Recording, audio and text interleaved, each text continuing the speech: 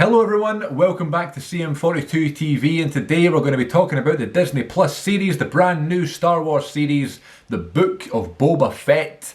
I don't have an actual book with me, however, we're going to talk about that book, I guess that series right here, right now. There will be lots of spoilers in this video. We're not going to get into too much detail, but just be aware I'm probably going to let some things slip here and there. That's just what I do. So if you've not seen the Boba Fett series, definitely get on that as soon as possible. Starting from now, I don't have Boba Fett with me. I do have this Funko Pop though of the Mandalorian and Grogu, who ironically were just as big of a part of the show as Boba Fett was. Who saw that coming? I thought maybe we'd see him, you know what I mean? After the Mandalorian Season 2, I thought maybe we'd see, you know, the Mandalorian pop up in the Boba Fett series. And I'm not going to lie, like, see at the end of the Mandalorian Season 2, which, by the way, I think I preferred the second series of the Mandalorian to the first one, and I love both of them. But yeah, I at the end of the series, there's like a post-credit scene at the end of Season 2, after that big episode with like Luke Skywalker and stuff, which was totally shocking at the time. I wish I made a video about my initial reactions of that, because that was really something that caught me off guard, and I was amazed by the kind of balls of that scene and that moment, and I thought that, you know, the CGI looked great and things like that. So I was very like over the moon with that, leaving me on a high with the Mandalorian Season 2. And then post-credit scenes, you have Boba Fett like taking the Jabba the Hutt throne, and it's like the Book of Boba Fett coming soon. And I was like, alright, interesting. I just kind of want Mando Season 3. You know what I mean? And not that, I kind of spoke about this as well. I did a video recently about like my favourite Star Wars characters and things like that. It was part of a brand new series called the Favourites Quiz, or the Favourites Challenge, sorry. And it's something I'm going to do on the channel. I'm just going to get up here. Something I'm going to do on the channel, you know, going forward now. I'm going to pick a topic of stuff that I know really well, and I'll answer some like Q&A style questions based on my favourites of that topic. And my first one was Star Wars, and one of the questions was, who is your, you know, most overrated character? Who do you think is the most overrated character? And I said Boba Fett, not because I don't like the Boba Fett character. I just always, you know, I never really understood why everybody would go crazy for him, you know? And then obviously watching this film and watching this series, I really enjoyed the series. You get a lot more background on the character, you feel more connected to the Boba Fett character. So I was like, right, okay, you know, I like Boba Fett a lot more now. But then again, a lot of the reasons why people loved that Boba Fett character from the original films is basically because he was so mysterious. You didn't know much about his background. He didn't have very many lines. So you kind of created this mystique about him, and he became like a kind of cult icon. And now obviously he's got this whole series about him, you know. So yeah, I mean, a lot of the time as the series was going on, you'd see a lot of things on Twitter, people not happy, you know, with this series, and it's Star Wars fans, you know, that's going to happen. Star Wars fans are just the same as wrestling fans, so they're very difficult to please. They have to moan about everything. If they have a voice on Twitter, they will use it for negativity, very little time for the positivity, which is not what I'm about. I would only tweet something if I liked it. Why would you tweet something about something negative that you don't like? Makes no sense to me, but I digress. So anyway, people tweeting how this series is woke, and it's why we're doing this is it's just adding, you know, random things onto the story that don't need to be on there. People are saying we don't need to know about Boba Fett's background. The fact that it was like he survived the Sarlacc pit from Return of the Jedi, and now he's like living with the Tusken Raiders. People didn't like that, because, you know, Tusken Raiders, it really matters what happens with them. Things like that. Just, I was like, why are people so freaking out about this? It's funny as well, in the season finale, there's this moment where like there's this war going on, and one of the characters, the character name is slipping my mind right now, which is quite annoying, but he does this like kind of spin before he shoots his gun, and people are freaking out saying they have ruined Star Wars, this person should never direct Star Wars again. Robert Wise, I think that's the guy who directed Star Trek. Robert Rodriguez maybe directed this episode of Boba Fett. I'm sure you know what I'm talking about from just everything you're seeing on social media. Yes, Robert Rodriguez. People are saying he shouldn't direct Star Wars ever again because he made this guy do this wee turn. It's like, what are people caring about this stuff for? Do you know what I mean? There's been plenty of moments in the Star Wars series that are a little bit embarrassing and eye-rolling and, okay, what was that all about? Plenty of like lightsaber battles where someone does something a bit daft, like a weird movement. No one cared. It's just part of the story, it's part of the film. So this guy just does his turn and takes a shot, and people are going, worst episode ever. The finale was really good. The issue with these things is that, like, when a show is built up so much, right, and there's so many twists and turns in like episode 4 and 5. When you get to the season finale, people are just expecting you to blow all those episodes out the water. That's not how it works. It's not like a progression thing as it gets, more and more crazy every episode. That's not going to happen in every single show. Not, especially not something that's like this, that's going to have another series and it's going to cross over into another show like The Mandalorian. So I wasn't expecting too much. I expected Mando to maybe pop up. That's kind of what I thought. I certainly didn't expect Grogu to show up. I certainly didn't expect Ahsoka to show up. I certainly didn't expect Cad Bane to show up. And my god, I certainly didn't expect Luke Skywalker to show up in this show. The Book of Boba Fett is like background on this one character that we all kind of liked. Some of us weren't too keen on. Some of us thought that he was his favourite character. All this stuff, we were just getting some background. Another thing people were complaining about was that it was a lot of fan service, which, by the way, doesn't bother me at all because I'm a Star Wars fan. So you can service me up, please. I'm the fan that you're making the episode for. Do you know what I mean? People are saying, oh, this is ruined. It's just fan service, this show.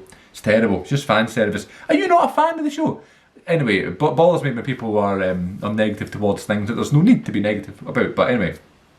So yeah, so people, were saying that we didn't need to see all this background and stuff, and I disagree. I think it's helped now the kind of Boba Fett character, the fact you know what happened to him after Return of the Jedi, and it's progressing, the Mandalorian story and just his story in general.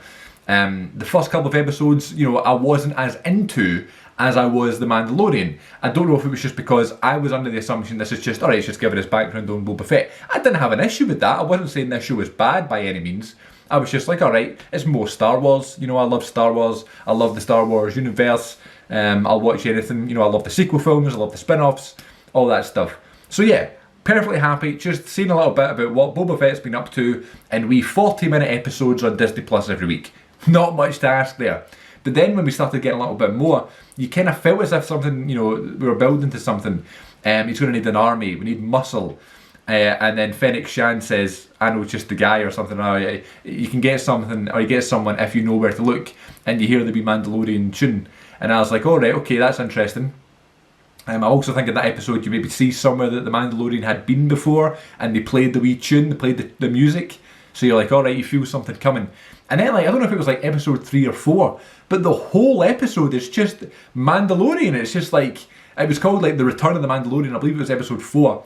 Boba Fett doesn't show up in the episode once, and I just couldn't believe that was the case. And I was just like, what a pleasant surprise. Not the fact it was like, oh, Mandalorian's here to save the show. Just, what is that about? An episode of the Boba Fett series, an entire episode about a different character, carrying on from the last 2 series and seeing like how he's dealing with leaving Grogu, with his kind with the Jedi.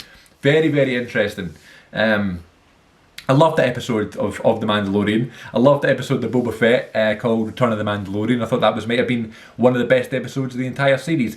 We thought that was it. We thought there's a moment where he's like, I have to go visit an old friend. And you're thinking, there's no chance.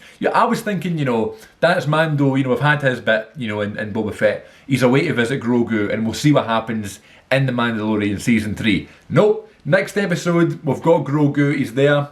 Mando's taking this wee bit of armour to see Grogu. He's training with Luke Skywalker. The whole Luke Skywalker CGI stand-in guy thing is happening again. It looks amazing. You're watching it going, this is unbelievable. Seeing things like having Grogu on his back, training just the same as like Yoda in Empire Strikes Back.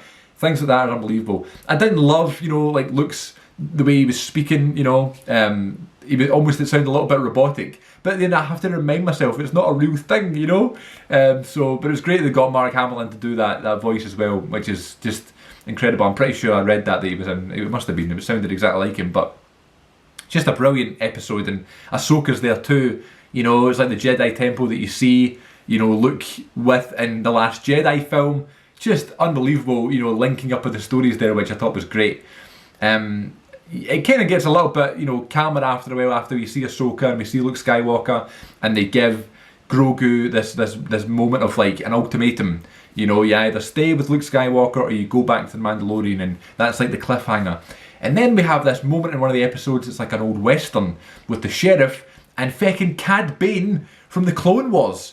I'm on like season 5 of the Clone Wars. I'm not even finished it yet, but Cad Bane is a massive part of that show. And I'm so glad I've watched that show now, because I mean, a lot of people were like, oh cool, this is a different character, and they read more about him and stuff, but like, you feel rewarded. You know what I mean? Like, watching all this content, you feel rewarded knowing, oh my god, that's Ahsoka. Oh my god, that's Cad Bane. And then you see other moments in the films and stuff. But yeah, like, just such a massive moment to get the live action debut of such an iconic character in the animated show of the Clone Wars. Brilliant stuff. The Cad Bane character, I almost wish they didn't kill him off in that scene, because in the finale, because I was just thinking they could have done so much more with that. He got such a great response online, you know, that Cad Bane appearance, so whatever. And then the season finale happens, and yeah, it was just this big moment where Mando and Fennec Shand and Boba Fett and Grogu, they're all there together. What's going to happen going forward? Are we going to see more about Boba in the next series in The Mandalorian? I don't know. I really enjoyed the series. Not as good as The Mandalorian Season 2, probably just as good, if not better, than The Mandalorian Season 1. It's probably where I'm going to rate it at that point. But a great, great series. Looking forward to the next one, which, my god, is my dream series. Like, when I was younger and I watched Revenge of the Sith, and I was like, man, this is my favourite film ever. I always said I wanted to see what happened to Obi-Wan when we leave that film. If I could get anything. Not that one day we're going to have a streaming service where anything is possible. But if we're ever going to get like a spin-off Star Wars show, I want it to be about Ewan McGregor's Obi-Wan Kenobi. And we're fecking getting it on the 40th anniversary of the release day of A New Hope in 1977. We're getting it in May 25th, I believe. The official Star Wars day. So incredible. Just what a time to be alive. Not just for Star Wars, but for Star Trek. And my god, for Marvel. Jesus, all these shows we're just being rewarded with. It's crazy. Crazy times. We're so lucky. And it's so good to be invested in these fandoms. Because as I say, you be rewarded. You be rewarded, you are rewarded. For knowing the past, knowing the history, watching the obscure stuff. You're rewarded with this high quality programming every single week.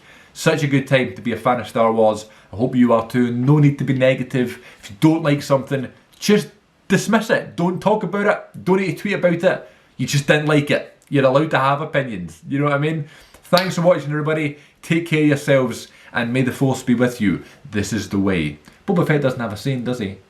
He doesn't really. I didn't even talk about Boba Fett himself. Tamura Morrison. Don't really need to. He's awesome. The whole mix up of him like being Jango Fett and Attack of the Clones, it still gives me a second to kind of think about it. Alright, he's playing his dad now. Whatever. Thanks for watching. I'll see you all next time.